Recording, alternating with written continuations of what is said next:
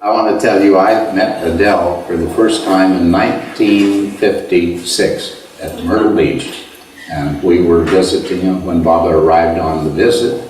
And my first fascinating memory of that is meeting Adele and Phyllis Frederick. And then there was a third person. Oh, gee, I can't remember her name. Well, there's several. Billy Eaton. Oh, yes, but that was part of Margaret's group. There were three of you who were inseparable. And this, Beryl Williams. well, I'm going into Beryl in just a moment. But there was a third person from New York whose name escaped me for the moment. But then there was also Beryl Williams and several other independents. And my first memory, really sharp memory of Myrtle Beach was the day that Baba came out to the barn. This was before he was in the car accident, broke the hip, of course. He had recovered from 1952 in that terrible accident in Oklahoma. So he wasn't limping around at that point. He could walk fairly well. So he had walked really from the old kitchen at the property all the way out to the barn. We had a glorious day with him in the morning. And then he started walking back. I have pictures of that. You do? All right. But I bet you don't have the picture I've got in my mind. Because when he was walking back, all of these charming girls were floating around in this direction and that. And so I saw something that I wanted to get closer to. Because every time Baba put his foot down in a spot on the road and took it up, Beryl Williams, right behind Baba, going with her nose almost on the ground, was stepping on each place that Baba had just vacated. And you know, Adele, that's one of the most beautiful pictures in my mind. That was the occasion of meeting you. Yeah. Yeah. Well, we've been a lot together over the years. Yeah. Well, you started a lot of interest in young people. Remember, I brought you some students from Queens College. Yes, you sure did. And they became. They floored me. Because of that, they came to me about. Yeah. Well, there were a lot of interesting things going on, but as Adele has reminded me, I better get on with some of the things that I wanted to be sure to leave, because, you know, I've always got my agenda of things that have been happening that I think are important events to me, and maybe they might be exciting to you. So I'll carry you back to this last springtime when Bill DePage and Diana were touring around the European theater. And over here, I'm sure you had a fine time with them as well. Yeah. When they were in England, there was a very special weekend that was arranged in a place out into the countryside, south and west of London, towards the Channel. I've never been there, but it turned out to be one of these old estates in a manor house, and really a lovely atmosphere. So we had a really beautiful time there. The person who had arranged it is a very close special friend of mine who adores arranging programs. And if you fit into the program, it's great, you're fast friends. If you don't fit into the program, things can be a little bit rough. But we fit it in pretty well. And she said, Don, we're going to talk principally over the weekend on Baba's Divine Humanity. How's that for a title? Wonderful. You know, so, as she said, now, you've had some interesting, very personal experiences with Baba. I want you to write those down as you remember those, and then tell us what you have written down when you come for your part of the program. And so I did. Now, some of these things you've heard maybe 3 or 4 or 5 times because they delight me so much. And of course, I've gotten by here quite a few times. So some of them maybe you've heard 5 or 6 times, and maybe some of them you haven't heard at all. But I added on to that another list of things that were very personal that Baba told me or had Arish tell me. Well, we sure want to hear it. And those I want to tell you about too. So these are personal. These are terribly personal. I just want to, it just brings to mind that Baba said that when he said dawn, he said, I've known you since the dawn of time. What did he say about it? Yeah. Oh, come along now. I'm going to tell you exactly what he said. When he first got up, when I came in the library doors, and I saw that he wanted to greet me standing up, it killed me. And I immediately said, Baba, don't do that, because he was in this plaster cast. And so he just, a gesture I got so used to over the course of the year, he smiled at me, waved his hand, as much as to say, and it was said to me, Baba says, Don, I am going to greet you now. And so there he was, standing on his feet and smiling. And Ivy leaped around to his side and said, Baba, this is my boy, Don. We were very close friends. So Baba sort of rears back. I get used to that gesture through the years, too. You know, Baba had very expressive facial features. He could use them. So he says, your boy, Don. He's my boy, Don. We've been together since the dawn of time. I said, my God, the Avatar has made a pun. What a way to greet me, Don, Don. So that was it, and I thought really the heavens would undoubtedly fall, because Mercia de Douce was a very capable and a very, very dignified patron of many things, well known on the East Coast. And she did not take that sort of correction. But she took it, because I've heard that story more than from you. 40 times. She didn't want to mention a figure, so I have to be honest about it. Okay. So, at any rate, now we get into some very, very typical things every time that I would come to visit Baba, because during the 50s and the 60s, till Baba dropped the body, he had told me every time that you get within a day's flight by jet from me, come see me. Just come. And so each time, and he said, you don't even need to send me a telegram, just come.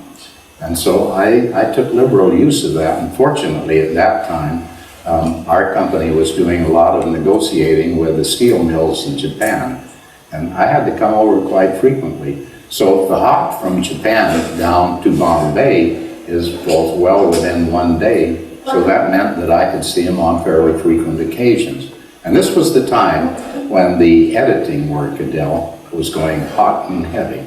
And so it was made well use of. And you've done editing work much of your whole life. Well, it still goes on, you know, because when I got done the 3 principal chores that he gave, and the one that you didn't mention, Adele, is the discourses. That was the third one. Oh my goodness, yes. Yeah, our jewel. So when I got done with that one, then Baba was saying, well, how are these things used? And I said, well, Baba, there are a lot of hippies in San Francisco, where I was on a temporary assignment back at the home office, and some hippies came around, and they fell on my doorstep finally to take care of them. And we had a wonderful 2 years, successive groups of those hippies on basic mysticism, with Baba the principal mystic, of course. So then, when that came to an end, Baba said, well, Don, I think it's time for you to do some more work on these discourses, because you say the hippies like them particularly well. That's absolutely true. They were fascinated, really deeply attracted. This means that Don redirected the lives of people on drugs, many of them, in the right direction. But when he talks just about seeing hippies, it doesn't mean he wasn't involved with them. I know what that takes. Well, I was sure involved with them. You sure? They were delightful and tremendously valuable. It was one of the great experiences of my life. But at any rate, Baba said at the end of all of that, well, now what's going on? Are there something like hippies in Europe? And I said, it's interesting, Baba, you asked that, because I'm finding in London and Paris, for instance, where I was frequently on business, exactly the same sort of hippie cult in a different language, but going through the same honest seeking. You know, it wasn't just a question of drugs. No. Drugs to them was a mean of tapping, let's say, these deeper resources of the unconscious without... Not just recreational. Not at all, not at all. So it wasn't for curiosity, and when Baba found out there were similar people there, he said, well, maybe we ought to do some translating for them. Really, this was the origin of the project to translate Baba's principal works. And so Baba, Don, Erich did about 3 hours of discussing, and then finally decided, this was Baba's decision, that his principal work should be translated into French, German, and Spanish. And that's tremendous. Would you believe it, Adele? That was where my principal customers were, and I had spent nights and weeks and months doing my best to learn conversational French, German, and Spanish. And so here it was, this was Baba's decision, and Baba said, Don, I don't need you to translate it, but supervise it.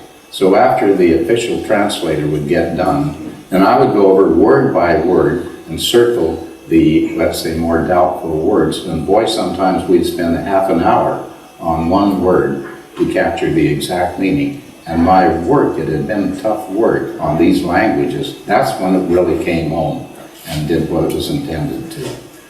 So this was a wonderful, wonderful experience. Oh, no, absolutely. That was the most important thing to Baba, too. We sending back those 3 men and working with you on reaching those young people. Yes, right. Yeah, I have The Boston within kids. on that a lot. I know you were. So excuse us for going back and reminiscing, but these are some of the original important building stones that were going on. And now let me get back to, let's say, arriving for one of these Tokyo, Bombay transport to Baba businesses and a bit of a visit. And sometimes I would get to stay in the blue bus at MeherBabaLibrary and have my naja herb omelet in the morning.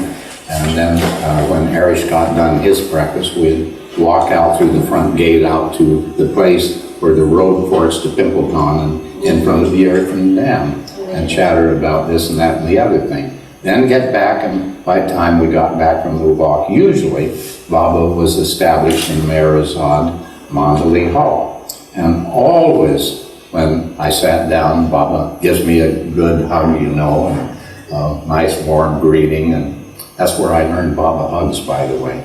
But he didn't do the ear cuddle act. That's a Stevens edition. At any rate, when I'd sit back down, then Baba would always go through a litany of very personal questions. You said you heard Baba, I didn't quite hear that. Yes. Because it's a mobile, it's really good. Who really heard Baba? When he was, really emotional, he reached out and did. Yeah. Well, Alabar is a whole story in itself. I can't go into that one tonight, but terribly generous, warm-hearted guy, of course. But then Baba would start off, and the first thing he would always ask, well, Don, how did you sleep last night? I'm going to read these, as I wrote it down for that sort of seminar that was given primarily for Bill LePage and Diane. I crept in on the side. I read them out just as I remembered them, and I read them out to you. And as I say, some of these I've told you at least 10 times, so here is one, Baba. Don, did you sleep well? Yes, Baba. And did you digest dinner well? Yes, Baba. And a good breakfast? Nadja's herb omelet was wonderful. And then, did you do a good toilet? Yeah, you wouldn't think the avatar would be that familiar, would you? It doesn't sound avataric, does it? But he did. He always did. And I knew that I had to meet up to it, and it was interesting because I did so much traveling that very often, of course, I had to get up early, and my eating habit, my digestion habits were different, and therefore the plumbing system had different habits at that point. And so the plumbing system was usually in not terribly good shape at that point. And so I would usually have to explain, well, no, Baba, I have a little problem passing. And then Baba would immediately make this sign, which would be then interpreted to me, go get the orange drink for Don. And so in comes an orange-colored drink that I thought was some sort of converted orange juice. But years later, Harry said, Tom, that had no orange in it. It was just the color. But I said it was the most powerful, effective purge that I've ever had in my life. Because after 10, 15 minutes, I had to excuse myself, and it was always successful. So here we go. Now, this is the second one. Did you shave this morning? I don't know how many times Bob would ask that of me. Did you ever think that the avatar was sort of aesthetic and like people, men to be well shaved and women well manicured and coiffed? He did. So, because I had a pretty heavy black beard and I used an electric razor, and I had to be careful how fast I was using my battery pack in those days when I visited. It was particular in which barbers cut your hair too. You know, Oh, well, that's yes. another Well, that was a great scandal. Yeah. Yeah. I don't know how much time we've got for scandals tonight, you know. We go well beyond the hour-and-a-half deadline. We have to get you back to your beauty sleep sometime, Adele. All right, so Baba said, did you shave this morning? And I fortunately have now returned to my original platinum blonde hair, and my black whiskers have sort of receded and not become so evident anymore. But they were really black in those days, so a half an hour after I'd shaved with my battery shaver, I was looking sort of scruffy and black again. And Baba didn't particularly care for it. You know, young people particularly now are horrified when they hear this story from me. Does that mean I've got to shave when I go to Meherabad and Meherzad, you know? Well, tears in their eyes, of course. So, number 3, Don, did you get your hair cut before coming to visit Baba? And of course, I'd always put it off and then forgot it, and so, you know, it was creeping down hither and yon. And the first time this happened, the famous time he got the barber out from Ahmednagar, and he set me up, and he had told Kaka to tell me a story from the new life so Don wouldn't be bored. But Kaka, after a couple of clips on the barber's part, starts arguing, I don't think you ought to cut his hair that way. He didn't approve. And the barber, of course, was insulted. And he said, look, do you think I got holes in my head? If you've seen the motion picture, you see the barber doing this. Now, I didn't get any story of the new life from Kaka. They spent all of the time arguing. And there was quite in the motion picture, there's an audience, they're really interested. Oh, this accumulated witnesses plenty fast, you know. It was a great day. But you know, actually, before that, Baba, listen to this, the care the avatar takes. He said, now Don, when the barber comes, of course, so many people who get their hair cut have some sort of skin problems. So I want you to be sure, very soon after, to wash your hair. And so I said, okay, Baba, I'll do that. And then he said, now Don, when you wash your hair in hot water, which you must do, of course, then rinse it in tepid water so that you don't catch cold when your head chills too quickly. Can you imagine the avatar? He said, but tepid, not cold, he said, because when you get older, if you use cold water after hot water, it will put a strain on your heart and you could have a heart problem. Think of the avatar going into such detail. Isn't it amazing? But we know he's a divine physician. Mm-hmm. Oh boy, he is a divinely human person, really. That's the thing that really just came over so sweetly. But this wasn't just some sort of routine he used on me. When we had the 4-language seminar that he invited me to the first week, the first thing he would go over with the whole blooming audience was, how did you sleep? How did you digest? He didn't ask the problem about, did you go to the toilet? I guess there would have been too much commotion at that point. But at any rate, the same thing. And there were usually problems, and Baba would stop everything right there and sort out those problems intimately, in detail. With everyone. Yeah, the whole group, everybody sitting there. And he would find out where the problem had developed and get witnesses from other side groups and get the whole story. And then he would tell off the people who had been a little careless in the manner in which they had been speaking or laughing or so on during the night. But the avatar went into all of these details. Now, you might think that that's holding up heavenly business, but Baba would just always would emphasize, look, you are here in a human body, and that is what makes it possible for you to make progress on the spiritual path. So take care of your physical body, because that's what you're dependent on. Good sense, you know. Well, let's get on here. Oh, here's the fourth one. Don, do you have any other trousers than those gray flannels you have been wearing every day? Not really. I love gray flannel trousers, as you've seen. And I thought I'd wear my best trousers for Baba when I went on this first visit. But he got fed up with them. Yeah, 3-4 days, and he didn't want to see me anymore. And so I couldn't think of anything. But I had a pair of shorts that I used to wear in California. So I dug in and got those out of the bag. But Erich wouldn't let me appear before Baba because they were too short.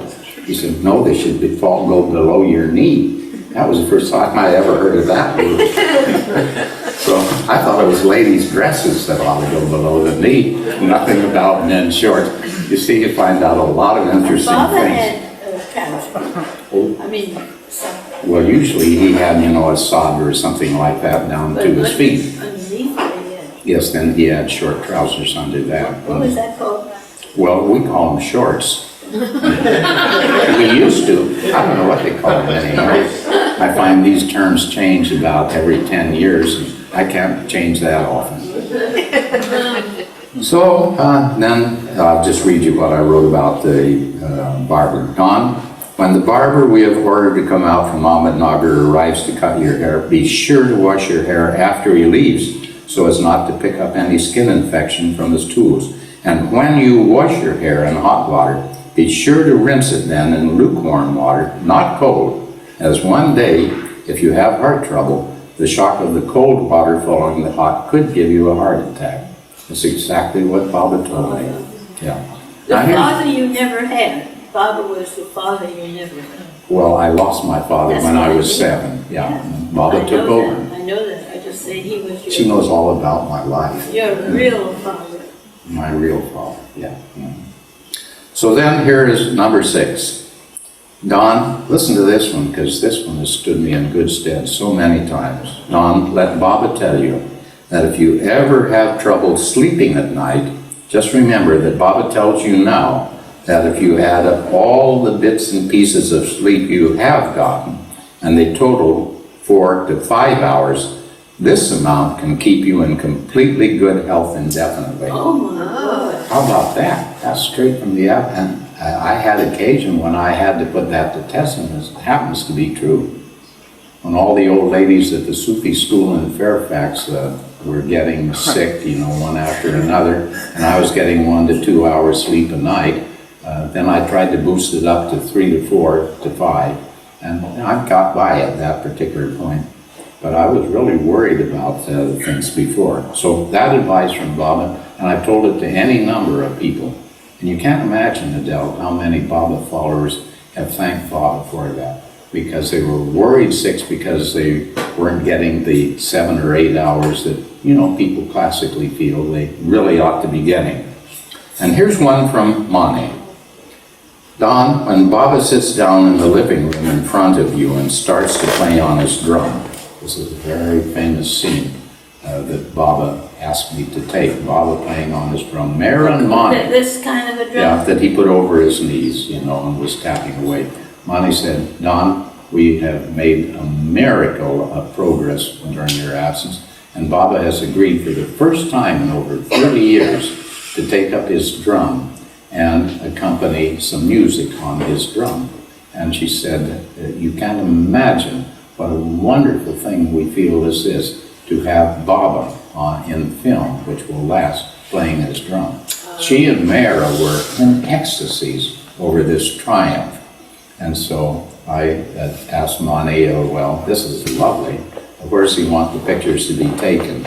And she looked a little crestfallen and said, well, in the living room. The living room, well, the living room I knew had one little window over on one side through a great thick wall. Little light came in there. The other reasonably sized window had a porch over it and a huge tree over the porch, and almost no light went in there. So I said, Mani, we're going to have trouble and we better try to solve it now. And so I went and got my light meter, and my light meter wouldn't budge off of 0.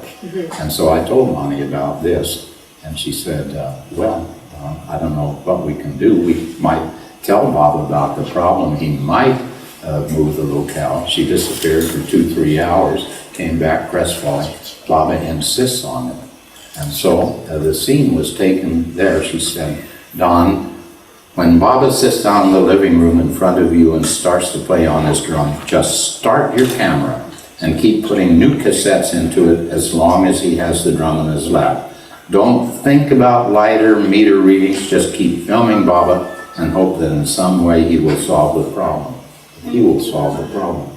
And so I said to myself, well, it's not going to do any good, because then I found out that the film that I had left was film that is supposed to be used with a filter in, well, it is film that was supposed to be used with artificial light under lamps, you see. And I had used up all of my daylight film, and I hadn't blocked my blue filter. So even if I had enough artificial light, everything would turn out blue. And so I said, Monty, this is just hopeless. And this is when she said this, just do it, Don, just do it. And when I got those back from Codec in Bombay and put that particular reel on, because Baba was divine. I had never seen him looking so graceful, gorgeous, and avataric. Yes, we've seen that. You've seen that, yes. Oh, yes. It's incredible. There was no light in that room again. And it should have been the wrong color and a few other things. And then when Monty told me and Don, one thing, Baba wants to be sure that you sit cross-legged in front of him for the filming with your feet touching his legs. You know, so my camera is about 6 inches from Baba's tummy. And what are you going to do with a film with the avatar's tummy? Maybe a piece of a foot now and then, maybe the top of his head and so on. You know.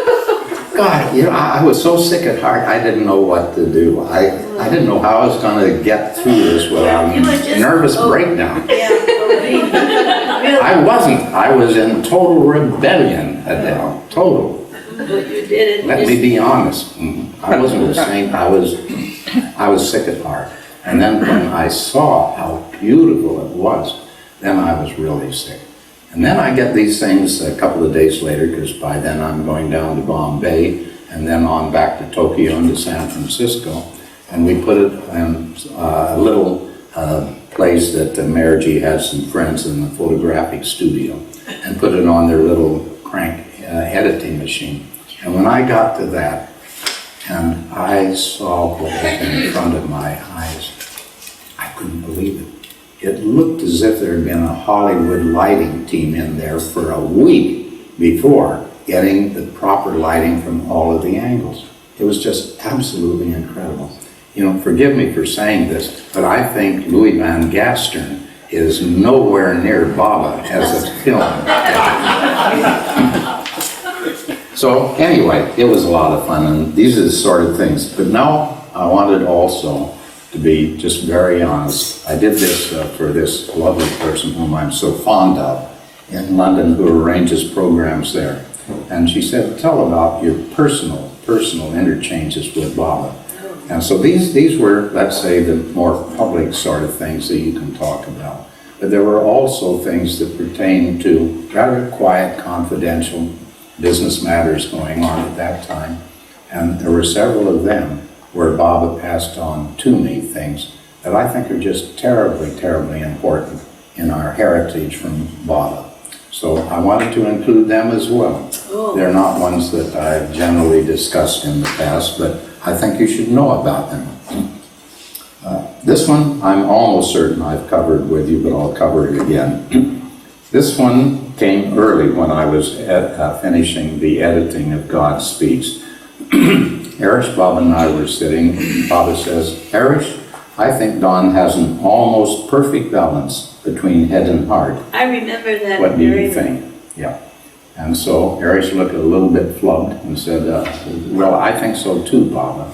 Now, Erish is not necessarily a yes man, but I think, first of all, the question surprised him, but secondly, he was honest when he said, yes, I do. And then it was about 6 months later when Baba did exactly the same thing a second time.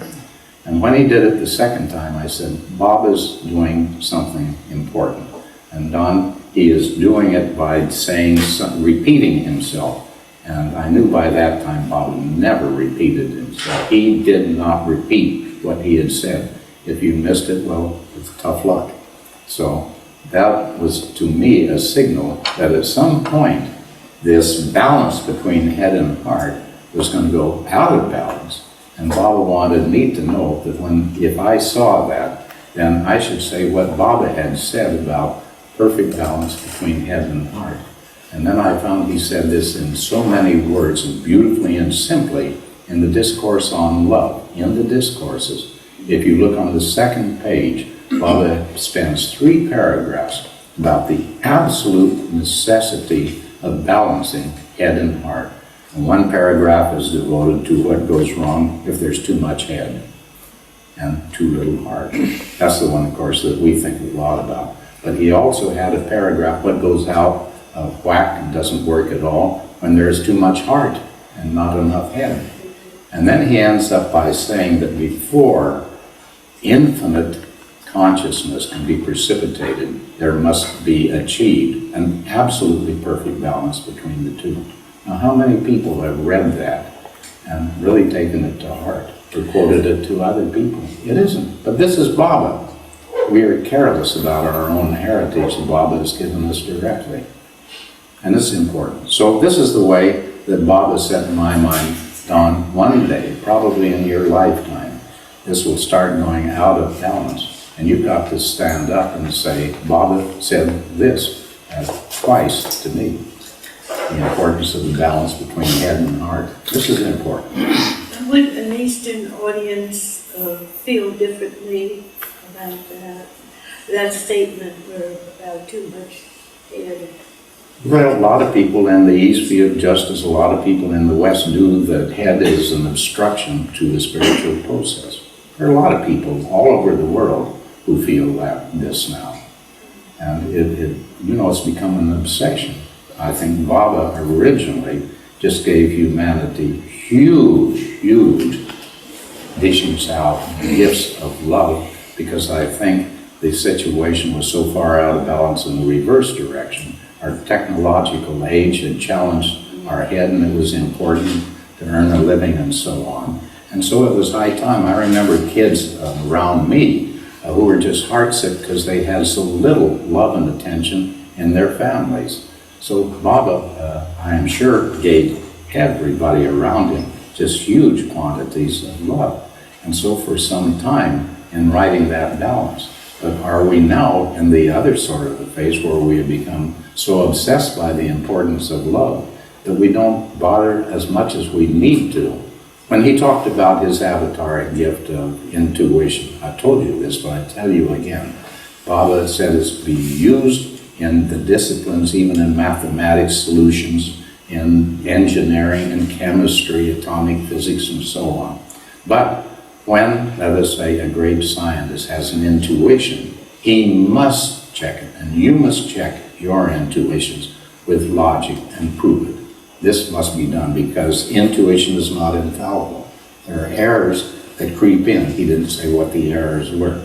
For further advice on this, there's a beautiful book we wrote on intuition, which you can buy at the end of the program.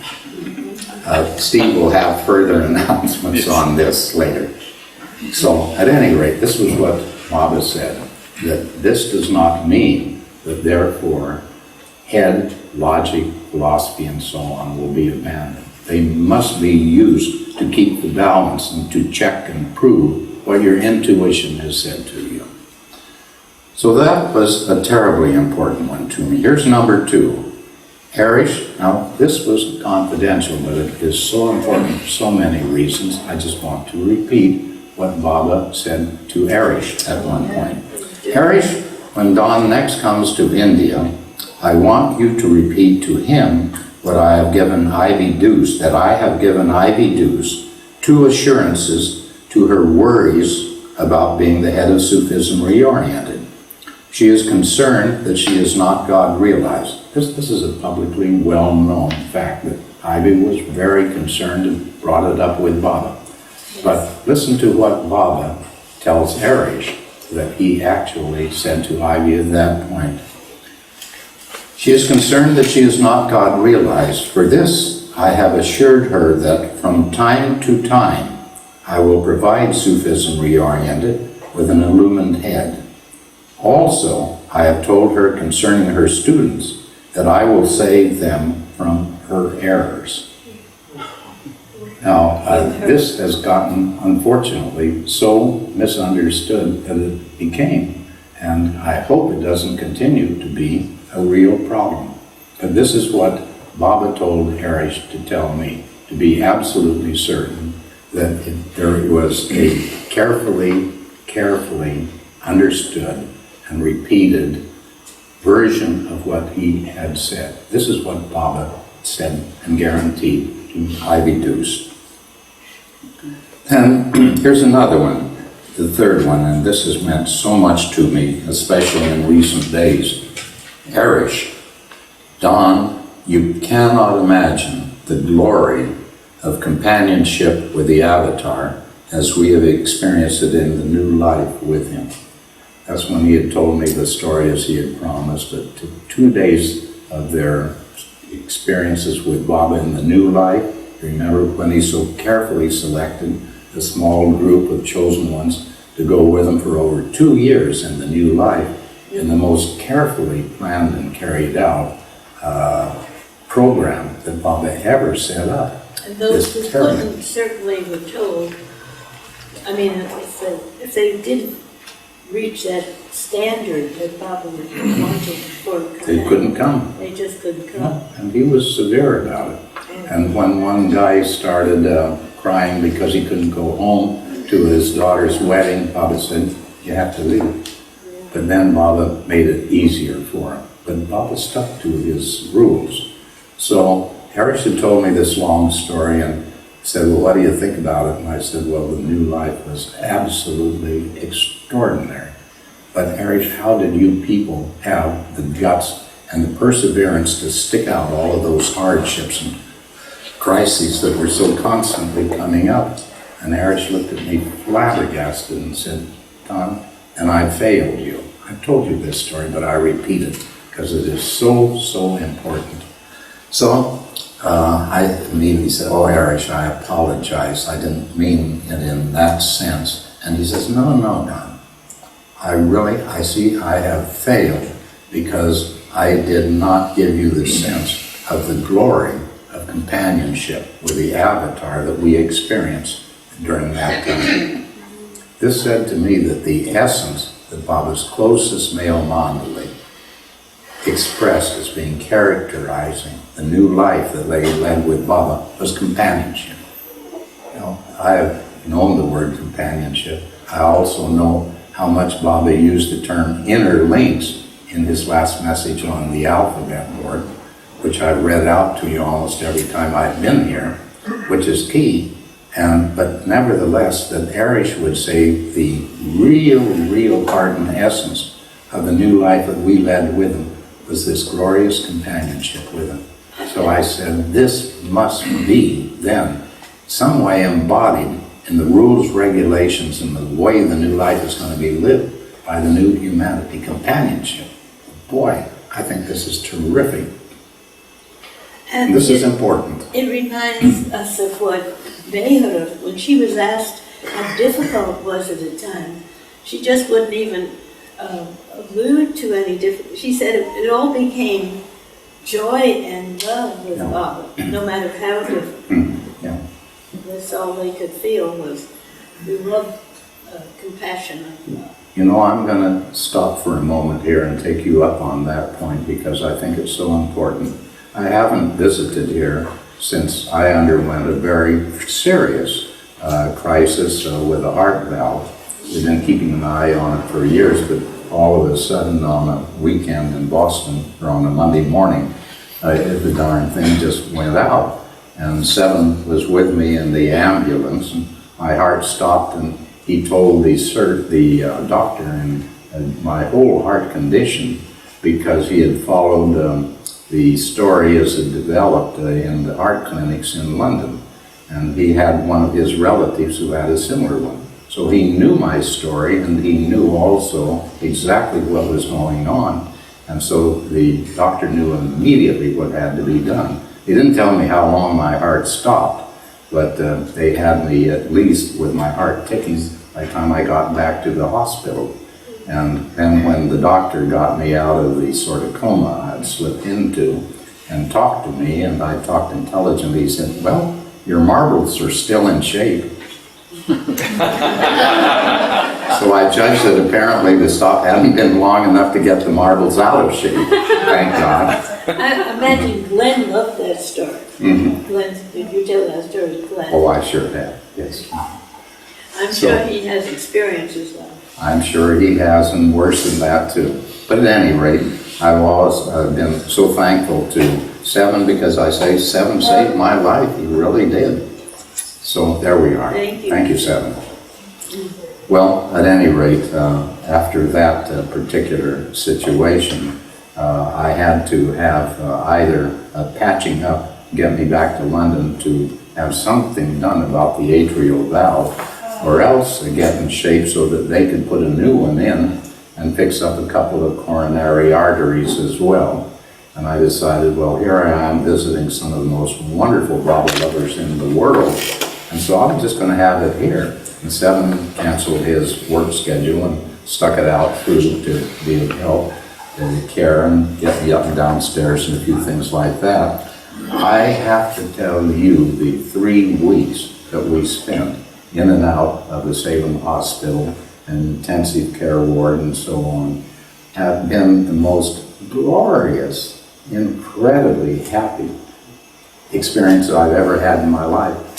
I did not have 1 second of care, not 1 second of worry, not 1 second of real pain or fussing about the digestion or anything. It's incredible. I'm glad Baba didn't take you. Mm-hmm. Well, he gave me a good time in return.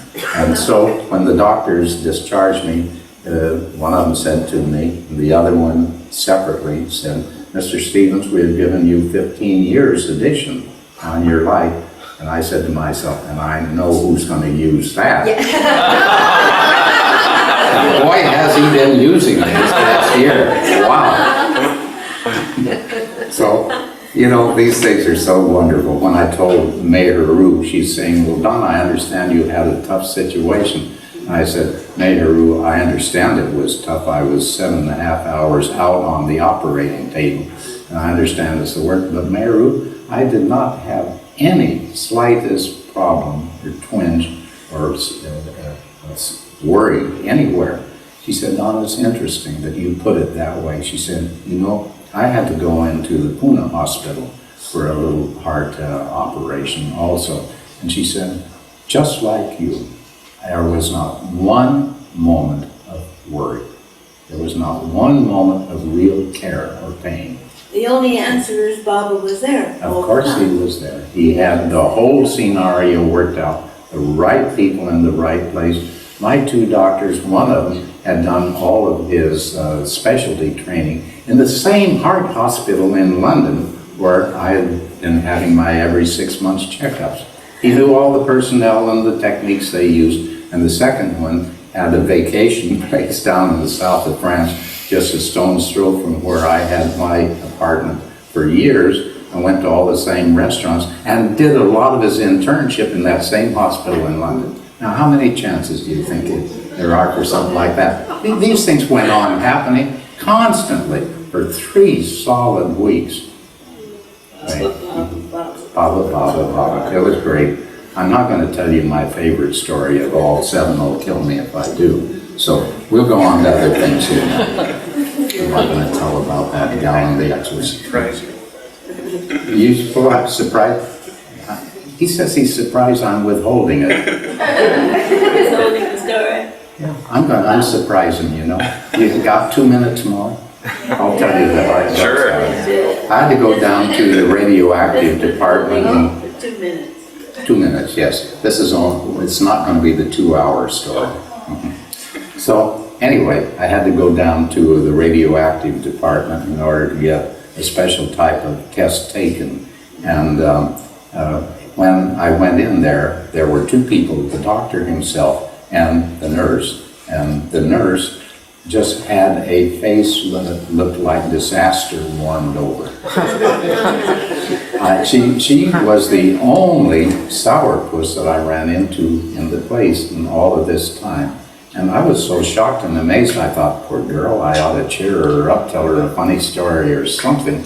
So I got out my pet story that was guaranteed for laughs and started telling it to her. And when I was getting halfway through, when it was getting amusing, I look at her, she turns around, looks at me, turns back and looks, doesn't say a word. And then I get to the real punchline of the thing and look at her in triumph. She turns around at me and says, "And you, if you weren't so goddamn cute, you wouldn't get away with this."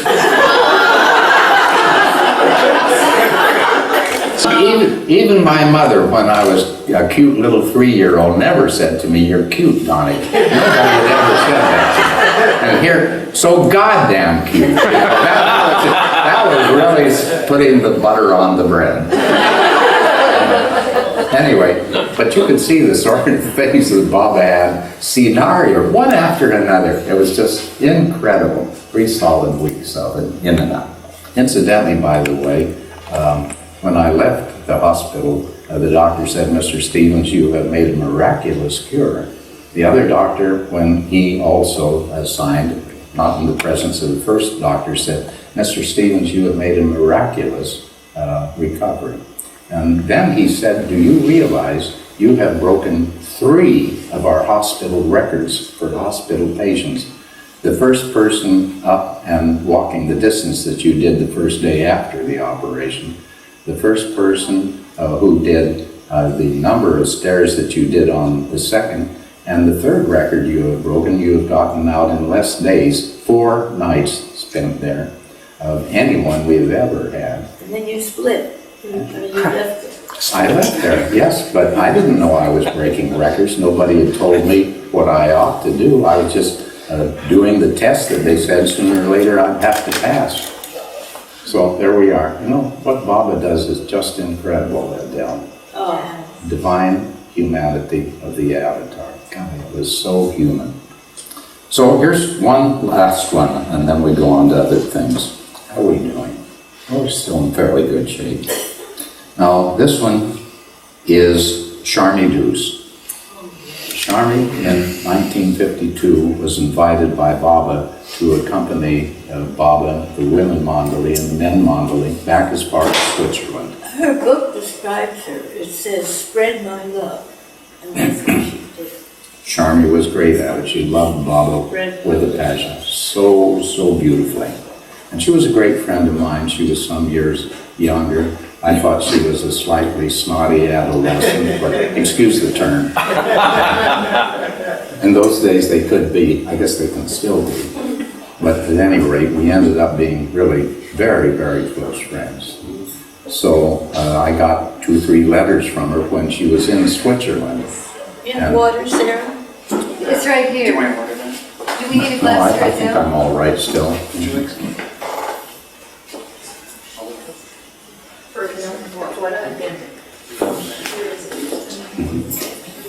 What's that? Adele, there's water for you right there. Oh, that's for you, Adele. Okay. Oh. So this was another one, and I tell it to you because these were the sort of things that would happen and were important personal things between oneself and the Avatar. I tell you about this one, not because I want you to feel that the Avatar got it so right or anything, but the beautiful manner that Baba would reassure you in different ways at different times. That beautiful companionship you Oh, mentioned. yes, absolutely. So this is a quote from that letter from Charmy. "Don, I wanted to let you know that this week, while we were in Switzerland, one day when Baba was speaking to the women in the garden, and I was there, he said that it had been worth spilling his blood on American soil to have the opportunity to meet a man as honest as you are." Now, how would you like to have that sort of statement made to you about from the avatar? You know, I've always felt that I was a pretty honest person, but you know, there have been a surprising number of people and fairly important people during the course of my now quite long life who would desperately accuse me of being dishonest in important situations. And it would really shake me. How under the sun could they get that sort of an idea? And so here was Baba planning something with Charming to pass on to Dawn, so that when this sort of thing would come along, I could get through it without being crushed or wondering how under the sun could such a thing have arisen.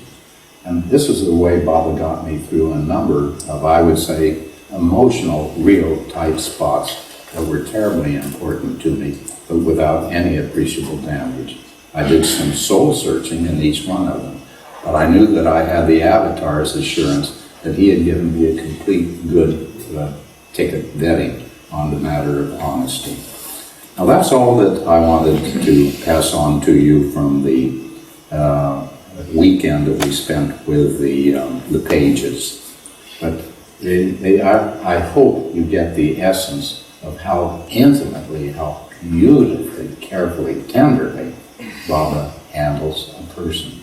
It is absolutely incredible. You know, for people who've not heard your story about honesty with Baba, when you got actually a kind of formula from him for how to be honest, you could refer where it is in the writing, because that's very significant explanation. I know people use that. Yes. What book is that in? I think it is in some results. In some results? Yes. But certainly I have written it in one of those books. Well, just to clarify. There's also in the book, Listen the New Humanity. Oh, yes. Which it would be there. It would almost certainly be there. Yes. And that's a very inexpensive little book. Yeah. Take a look, because that's important. Baba's definition of absolute honesty. How to achieve it. Yeah. So, enough on that. Now, I wanted to go back and remind you of three very central pillars that are becoming more and more important to me, and four, which I feel are the chief assets on which Baba spent most of them considerable time and a great deal of energy, and we do not appreciate, I think, the importance of what he was doing. I'll take the first one of those. It was back in the mid-1960s when about 10 or 15 of us were sitting in Mandalay Hall at Meherazad when Baba was talking about this and that, and then suddenly he said something. You know, each avatar makes an avatar gift to humanity. And my avatar gift to humanity is that of general availability to all of the human beings of intuition. And he said, intuition in the future, because of this gift, will be used as the principal practical tool in all of the major disciplines and activities of the civilized world, including such things as the engineering of great projects, research in atomic physics, you know, these sort of things. Quantum physics. Yes, and I was really amazed. And Baba said, these will be used to solve the great problems and even the small daily life problems as well. But I have to tell you, you will perhaps feel that because it is so easy to achieve solutions intuitively, that this means the end of logic and reason and mathematics and things of that sort. But he said, I must tell you it does not, because the intuitions must be checked by a manual means that is appropriate to them. So these disciplines will not be. They are absolutely essential and must be retained and used. Now, this was terribly important. So intuition, I feel, is the great one, and how much time and energy an avatar has to spend on getting the ground prepared for a gift of that sort, I have no idea. Maybe it's just part of his all-power attribute. I hope so, but Baba announced it, And I have seen, let's say, a tremendous increase in use of intuition in my own life, first of all. I've always used intuition, Adele. I recognize that now. But also, I recognize how much more I use it and how important it is, and particularly in my relation to God Speaks. Yeah. And that's something I want to emphasize to you. Please do. I think that the tool that each individual who is trying his best to follow Baba's words and knows something about them needs to understand what I now understand. That God Speaks, for instance, is a skeleton, an important skeleton of truth. And the thing that is going to fill in the muscles and the blood vessels and the stomach and so on is your own personal intuition. Because if you allow your mind to flow freely as you're reading God Speaks, and not particularly try to understand and put a piece of logic together in it, but just sort of absorb in creative manner, your intuition will spring up with all sorts of ideas that you will think, well, it should just follow from what Baba says here, that so-and-so. And that so-and-so is an extension, and a terribly important and a natural furtherance, extension of what Baba said in God Speaks. And I think this is our responsibility and our tremendously exciting dividend that comes along. So intuition and God Speaks are inextricably linked in my own mind's eye, or I can mind. Intuition is one. The second one is the story I've told you several times of Baba explaining that when he gives out his words to a selected mandali, the mandali takes it home at night, fleshes out the selected words and ideas, and then the next day carries back to Baba his extended version, and it is checked word by word between that mandali and Baba. Baba said this is absolutely essential. I do it. He had Arish describe exactly how the technique was worked out by Baba. He said, when I do this, then I attach to each of my words something like an atomic bomb of energy. And he said, if my devotees will work with these words, even if the devotee does not understand intellectually one word of what he has worked with and been reading, he will still absorb a portion of that spiritual charge, atomic bomb, that I have attached, which will be invaluable in his ongoing on the spiritual path. Now that is a terribly important key and hint to all of us. But now that is the second great contribution from Baba. The third one actually has to do with musts. I told you the story that Baba, Arish and I were walking down at the end of Mandali Hall, and he points to a door and says, Don, you know who lives there? And I said, yes, Mohammed the Must. And he says, Don, have you gotten to know him? And I said, a bit, Baba, but he's still so bizarre. You know? In other words, I was just saying, he's still so peculiar, I can't get attracted to him. But I didn't put in that many words. But when I heard myself say that, I thought, oh my God, it's well known that Baba has allowed Muhammad to do what he's allowed no other must to do, to stay with him months and years. And I'm saying, Baba, you're a lousy psychologist. He's still crazy. So I was horrified. And Baba looks very interested at me and says, Vernon, that's interesting because you know there are really two problems in a must. The first one is fairly well known, has been discussed, and that he is so enchanted by his vision of truth and of God and the experience which has made him a must, that he doesn't want any other experience. He doesn't want anything crowding in from the outside. All he wants to do is relive and be in that particular experience. He is enchanted by it. And he said, I'm a good psychologist, so I can break that sort of enchantment, and I do. But he said, it has not been discussed, and it is not known until now, that in addition to the enchantment, the second problem is actual brain damage, because the experience has been so enormously strong and charged that it actually damages his brain. And I do not do miracles. that I do not do. So I do not repair the physical brain with a miracle.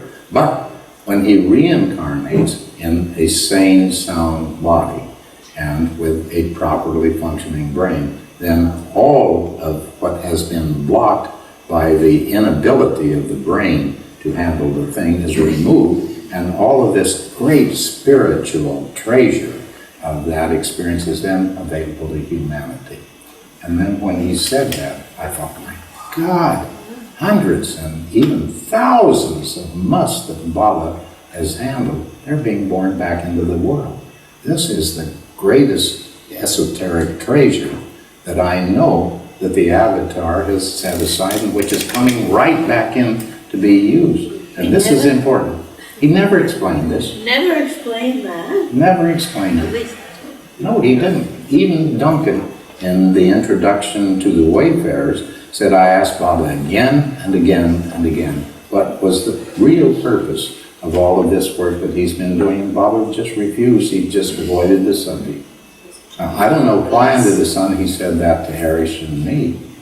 Let's not go into that. Let's not get entangled in our own underwear. But nevertheless, he did say that to Harish and me. And it is one of the most important sentences that I've ever had associated with Baba.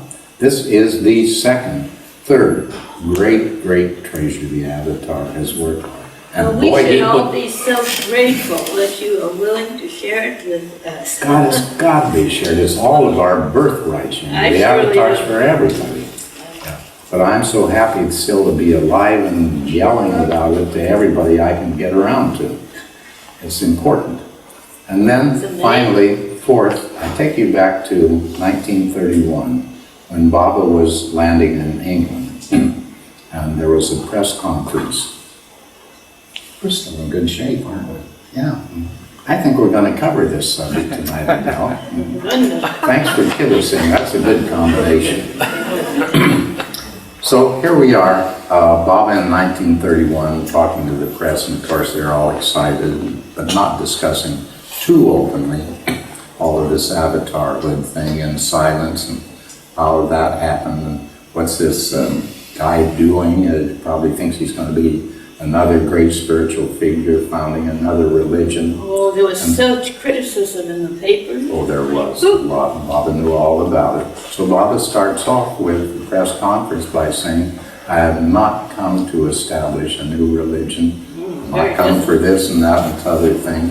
And then he gets on down further into it.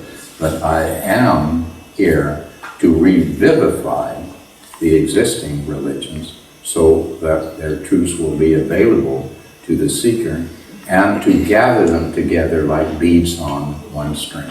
I'm sure I have told you here that shortly before he died, Erich said, Don, I have finally had the opportunity to see the films that Baba had you film for him.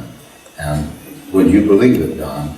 The sites that he sent you to film that I saw in the film finally are exactly the same sites that he had me taken to repeatedly, alone, and not even any of the other Mandali knew where we were or what we were doing. And he would sit and meditate for hours at each of these sites. Not once, but he would return, and he has done this repeatedly for all of those sites.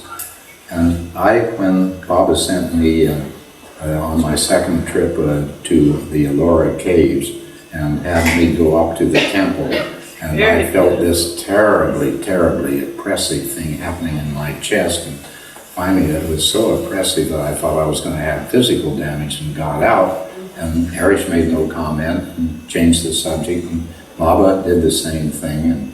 And when I went in 2004 with a group of Baba devotees from London and America and France to repeat the visit through these sites Baba had sent me to. How lucky they were. Yes, we were all lucky. And when we got to Kailash, I said, look, I've got some unfinished business here. So after you regale yourselves with the sites, and there are other beautiful caves there, you go ahead. But I've got unfinished business. If you'll forgive me for not accompanying you, I want just to sit here and wonder some more about what that was all about.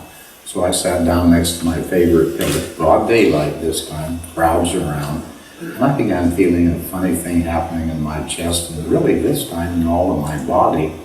And I suddenly said, my God, how stupid have I been? I have experienced this sort of feeling in my body with Baba personally on a number of occasions when I was with him, especially on public occasions when he did, obviously, some very important work. And suddenly I would feel this tremendous inner expansion inside of myself.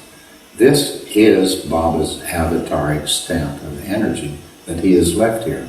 And I knew instantly also that it was not in an opposition to, nor in competition with, the natural deposit of devotion of the Hindus who had been around there so much, and Buddhists and what all not. That was the Ellora caves too. Yes. Among them. But no, this was particularly Kailash, because Baba then, I found out, had gone with Harish. Baba himself explained to me that he had gone there several times at night by a special arrangement and been there in meditation. So I knew. Buddha and Krishna, all of them are there? Oh, they're not all there, no. No, I meant to say this. There are many Buddhist caves there, but it is Buddhist and Hindu tradition. But the place which was, let's say, the flowering of Jain architecture and devotion are the Dilwara temples, and they are exquisite. There's such a wonderful atmosphere. But Baba, I am convinced, left his avataric stamp, and this gets into the beads on one chain, so on one string. And this is where I began thinking not terribly long ago that how far did Baba get? Because I knew that because at the end of his life, nobody except Harish knew what Baba had been doing there. So pretty obviously Baba had not carried this into a public phase. And what is implied necessarily if you talk about gathering them together like beads on one string? It means that in some way they are compatible with each other, that it is a work of beauty and harmony. And so, my God, the religious wars that have gone on, how can they ever live in harmony with all of these memories? And they're still fighting battles now everywhere, letting blood with these religious differences in belief and dissension. So I began to think just immediately, well, Baba has left this for us as devotees to do. And how are we going to do it? How are we going to find harmony between these people who have been fighting each other for centuries on some of these things? Well, having There's so much. ambassadors like you talking about the unity. Do you want to join the committee, Adele? The unity of all religions. Of course, Not the as the Nayat Khan put it in his beautiful book. So at any rate, there is a great big job that has got to be done to clean up the emotional mess and antagonism which we've inherited to this day. And at present it's just doing nothing but getting worse, as far as I see. So that part of the job has got to be done. Now, let me be quick but honest with you. I finally came to the conclusion, no more than, say, 6 months ago at most, that the only conceivable attack on the thing would have to be made through the route of unconditional forgiveness. Does that make any sense? Yes. What a tremendous challenge. Have you ever tried to forgive somebody unconditionally in your life? Boy, it is emotional. Yeah. Well, boy, when I began coming to this conclusion, succeeded, but I did try. I thought about 2 or 3 of my pet peeves and whether I was capable of doing it. I was horrified when I saw inside of myself such a reason. God damn it. So, but nevertheless, I must say I was stuck. I am convinced of the fact that some way or another we have to understand, first of all, to do it inside of ourselves, to meet the challenge of unconditional forgiveness. Try it and give a try to it, even if it's impossible in your mind. And I tell you one thing, I know inside of myself that Baba has put tremendous energy into this whole project of Beats on One String. And I am certain that he has put the resources available to the people who have got the courage to go up, knock on the door, and say, I'm at least going to make a try in one or two of my own pet hates and antagonisms and condemnations. And then when you make a little bit of progress yourself, then I think it's about time to start wondering now, how can we branch out further and start getting further afield into this universal problem that civilization faces in every country that I know. There was one, I decided that it was useless for me. I did a lot of work intuitively on forgiveness, trying to examine intuitively various different aspects of forgiveness. It's a big challenge, enormous, absolutely incredible when I started reflecting on it. And I was getting nowhere at all, and I finally decided, well, at least there's one thing I've got to do. There are several groups over in Europe that I'm very closely associated with and meet with regularly. And I just got to broach this subject of the beats on one string and the effort to use something to promote forgiveness, first of all in one's own life. And so I went to the different groups and I spent a big session. And I have to tell you that the reaction of each group was monumental. When you almost just mention the word for forgiveness, it becomes terribly personal. And boy, they go inside, and it's some pretty heavy furniture that starts moving around. So I have to tell you, the third group in which I did a presentation down in the south of France, as I started talking about this, there's a fellow, medium age, 35, maybe 40 at most. We all love him because he is so simple, honest, and straightforward. He is a worker. He doesn't complain. He doesn't criticize. He puts his nose to the grindstone and gets things done. So this guy, as soon as I talk about forgiveness and taking it into your own life, he starts muttering, not out loud, but sotto voce, so everybody could hear. And everybody turned around and looked at him strangely. What's happening to old friend so-and-so? And I thought, my God, have I inadvertently touched a neurotic nodule in his being, and he's going nuts because of it, and he's going to end up in the crazy house, and I don't know what we're going to do with him. And he goes on muttering, and I talked for 20, 30 minutes, and he's muttering and muttering and muttering, and he did this to me, and look what he did to my brother. I just forget that. Going on all the time. Dog growling away. And so finally I look over at him and say, and your reaction to this just points out the importance of this business of forgiveness, the strength of your own reaction even to the idea. And then I go on, and I also mention that I am convinced that if one has the courage to even touch the door, to open it and see if I can do something with my own real problem in the world of forgiveness. If you do that, you will touch and be in contact with the avataric resource that Baba has laid down as his investment in this process. And I am sure things will happen that will astonish you that you would have thought were impossible. So finally we have to, after about 10 minutes more, to call an end. Everybody gets into their cars and going to the various parts in southern France. I'm in the car, directly behind the car where this guy, I can hear through the open windows and all the way down to the gate and at the end of the ride, you know, I can see the look of absolute dazed astonishment on the faces of the other people in the car.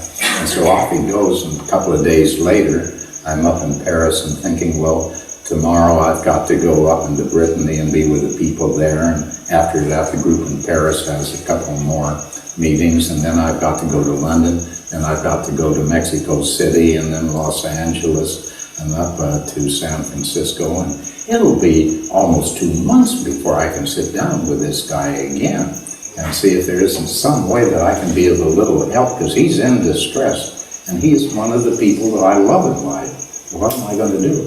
So I just said to myself, I gotta move heaven and earth to be in touch with him before I leave. So I call up a friend of his. Friend doesn't have the telephone, says, no, Don, he's very cozy with his telephone number, but I know the guy who lives next door. I'll get in touch with him and see if he happens to know where he is and if we can get a message. In 10 minutes, this fellow calls me back and says, Don, I understand you've been trying to reach me. And I said, yes, you know, you and I have got to sit down somewhere or another, make an emergency arrangement out of this, to sit and talk and see if we can get somewhere with your feeling of outrage at the idea of forgiveness. He said, that means it's not worthwhile, it's not needed. And I said to myself, my golly, he's been thinking this over and he's convinced there's nothing he can or is going to do. So I try sweetness and light and a better version again, and he still says to me, Don, it's not worthwhile, I've already done it. I said, what do you mean you've already done it? He said, well, you know, when I was going out the driveway from our meeting, all of a sudden, it just spread out so simply and naturally in front of me what the real picture is. And I saw the importance of my relationship to this fellow and the real values and the depths of them. And on the other hand, I also saw the small, petty nature of the differences that have crept up innumerable times between us, and there's no question as to where the value is. I picked up the phone and I called him, and I said, you know, I think we need to get together and talk a few things out. And he said, I've been having the same feeling. So they made a date at the most expensive restaurant in the south of France. This is what being realistic is in France, you see. At the most expensive restaurant there for a weekend that's coming up, and we're going to talk out, but I know what the answer is. And he said, we are so happy to be together again. Tenderness. It was real tenderness, just natural tenderness. Forgiveness just flowed out of a sense of tenderness for the other person. So he had been brave enough, at least to open a tiny bit of the door inside of his mind. He found he wanted to telephone this guy, and when he did it, just the whole flood broke loose, and that was it. So I just want to say we have an enormous responsibility in relation to Baba's project.